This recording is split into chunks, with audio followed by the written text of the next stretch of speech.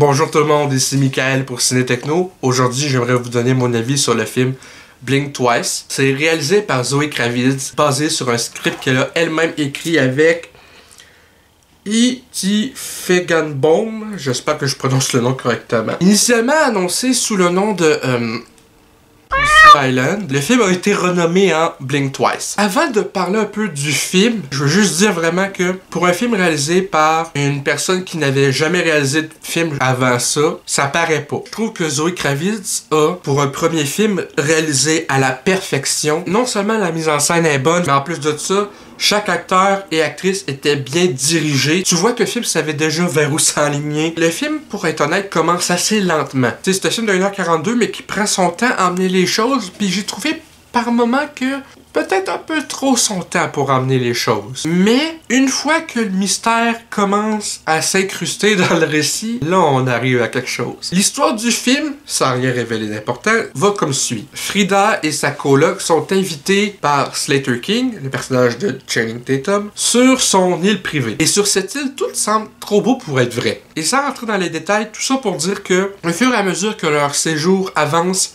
sur cette île entourée de ces hommes riches et de d'autres femmes qui ont été invitées tout comme elles sur l'île, on se rend compte que il y a des affaires qui se passent pis ils savent pas vraiment comment l'expliquer. Et tout ce que je veux dire là-dessus, c'est que je pense que le film et ces événements-là invite à réfléchir par rapport à notamment le mouvement MeToo qu'il y a eu aux États-Unis depuis 2017, puisque c'est un film qui parle d'abus de pouvoir masculin. Donc je vous cacherai pas que c'est un sujet assez rough, mais qui a été brillamment raconté dans ce projet-ci.